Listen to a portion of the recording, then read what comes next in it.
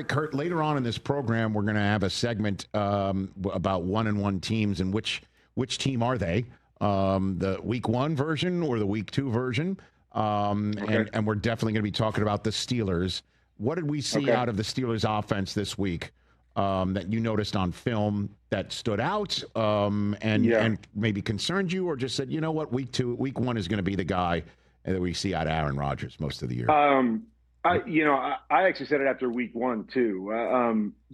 Aaron obviously made some great throws, and a lot of those throws, those 4 touchdowns in the first week, were really scheme oriented. It was all basically naked bootlegs, so getting out in space, which I think Aaron still feels really comfortable out in space, but he doesn't look real comfortable inside the pocket. And that was the same the first week as what we saw this past week. And so with the other issues that they have as a football team, I think what we saw this last week is more who the Steelers are right now than, what we saw the first week and their ability to come back. But I mean, I think the other indication is the Jets, right?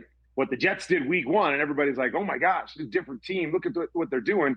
And then we saw what they did week 2 against the Bills. And so I think all that is a representative of who the Steelers are right now and who Aaron Rodgers, I think, is as a quarterback.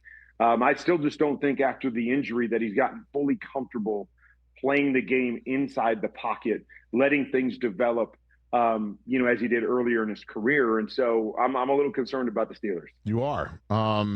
So what can be done based on what you saw other than just, getting more of a fountain of youth? If it is on Rodgers, is it on a scheme? I mean, obviously it's usually a combination of things.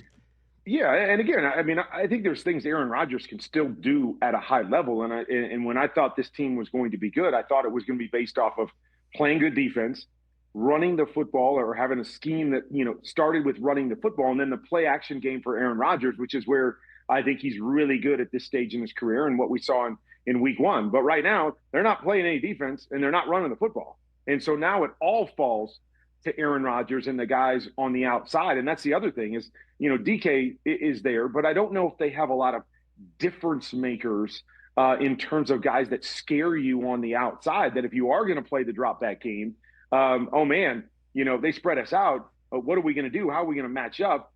I don't think that's necessarily the case. I mean, they got a couple good tight ends, but again, those aren't guys that are going to change the complexion of the game on one catch. And so I think, they were built to play that way, defense and run the football and play action game. And they just haven't been great in those other areas the first 2 weeks. And so it's falling more on Aaron to have to play a different way than I think they want to.